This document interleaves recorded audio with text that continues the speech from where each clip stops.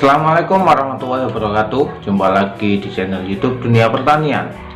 Pada video kali ini kita akan memberikan tips cara sukses budidaya sayuran hidroponik dengan sistem satu tandon. Kenapa harus satu tandon? Yang pertama adalah pekerjaan kita akan lebih efektif dan efisien. Dengan sistem satu tandon ini, maka kita hanya memerlukan tandon utama dengan kapasitas air yang lebih besar pastinya dibandingkan dengan kita menggunakan tandon-tandon kecil pada setiap instalasi per instalasi. Kemudian dengan sistem satu tandon ini kita hanya butuh satu pompa untuk mengalirkan air nutrisi ke semua instalasi. Kemudian yang sangat mudah adalah ketika kita melakukan cek ppm nutrisi, kemudian pH dan juga suhu air, kita bisa cek pada salah satu tempat saja. Bisa di tandon, bisa di aliran air input maupun di bak output. Nah, itu akan sama karena sistemnya satu tandon. Jadi semua air nutrisinya bisa tercampur secara sempurna. Kemudian perawatannya sangat mudah dibandingkan dengan kita memiliki banyak tandon kecil untuk masing-masing instalasi yang kita harus melakukan perawatan pada semuanya. Ketika kita menggunakan satu tandon, kita hanya akan merawat satu tempat, satu tandon dan juga satu pompa, kan gitu. Artinya kita memaksimalkan waktu untuk kita bekerja agar efektif dan efisien. Namun dari semua kemudahan-kemudahan itu, tentu saja ada beberapa kekurangan juga terkait nutrisi satu tandon atau budidaya hidroponik satu tandon. Beberapa kekurangannya adalah apabila racikan nutrisinya tidak bagus atau tidak seimbang kadar antar unsur-unsurnya, maka akan menyebabkan beberapa masalah pada tanaman kita. Karena sistem satu tandon ini antara tanaman di persemaian, tanaman remaja dan juga tanaman dewasa mendapatkan porsi yang sama.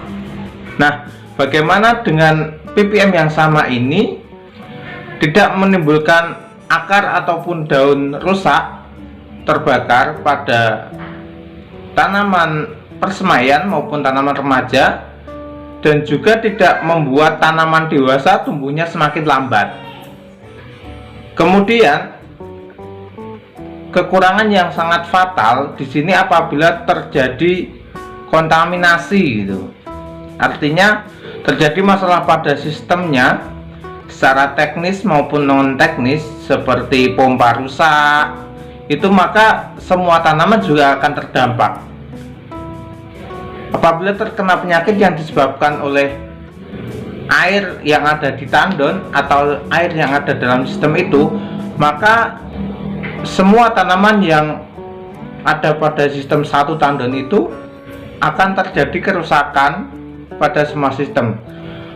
Walaupun dengan sistem yang sudah mudah ini, maka sangat perlu kita untuk melakukan cek secara rutin, minimal sehari sekali, untuk cek nutrisi, kemudian juga cek pH, kemudian jangan lupakan juga cek untuk suhu airnya. Untuk menunjang keberhasilan hidroponik sistem satu tandon ini, maka kita perlu menyiapkan bak kontrol yang dilengkapi dengan filter air, agar air dari instalasi yang membawa sisa kotoran atau sisa akar dari hasil panen akan bersih hingga ke tandonnya.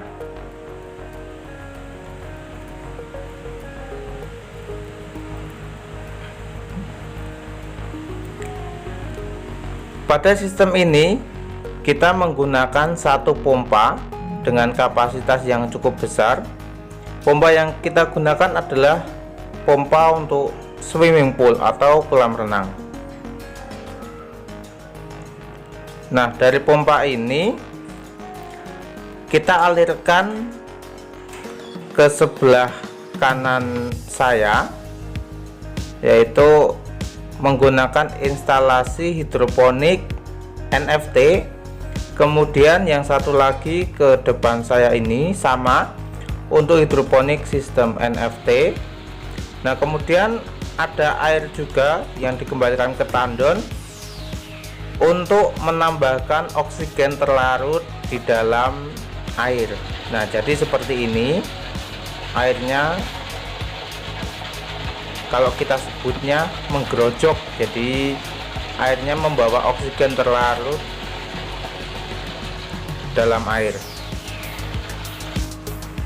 Setelah melakukan pengecekan pada bak tandon, maka kita melakukan cek pada bagian stop kran, apakah stop kran ini berfungsi dengan baik atau tidak. Nah, seperti ini. Jadi ketika dibuka, airnya mengalir.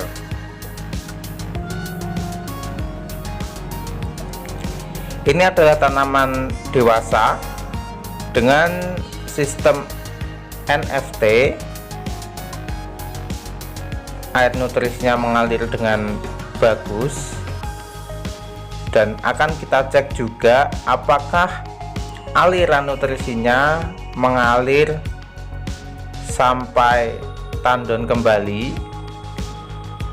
agar air nutrisinya tidak mengalir dan terbuang. Nah, seperti ini kita cek satu persatu ya. Nah, ini terlihat airnya mengalir, bahkan akar-akarnya sudah keluar dari instalasinya. Nah, ini membuktikan bahwa aliran nutrisi kita dari mulai input sampai output bagus. Kemudian perlu diperhatikan kebersihan juga, agar tanaman kita tidak mudah terserang penyakit dan hama. Pada setiap instalasi kita pasangkan stop kran yang fungsinya untuk menghidupkan dan mematikan aliran air. Nutrisi yang sama kita alirkan untuk instalasi persemaian, kemudian juga kita alirkan pada instalasi peremajaan. Pada posisi ini remaja kita bagi menjadi dua, yang ini adalah remaja 1, hasil pindah tanam dari persemaian, sudah seperti ini. Nah, kemudian dari peremajaan 1 ini akan kita pindah ke instalasi remaja 2. Nah, ini adalah instalasi remaja 2. Pada instalasi remaja maupun instalasi dewasa, kita berikan kemiringan kurang lebih 2-5% agar airnya lancar. Nah, kemudian ini air yang kita kembalikan ke output lagi melalui bak kontrol, yang kemudian akan dialirkan dengan pompa yang sama, dan begitu seterusnya. Itu yang bisa kami sampaikan. Semoga video ini bermanfaat. Wassalamualaikum warahmatullahi wabarakatuh.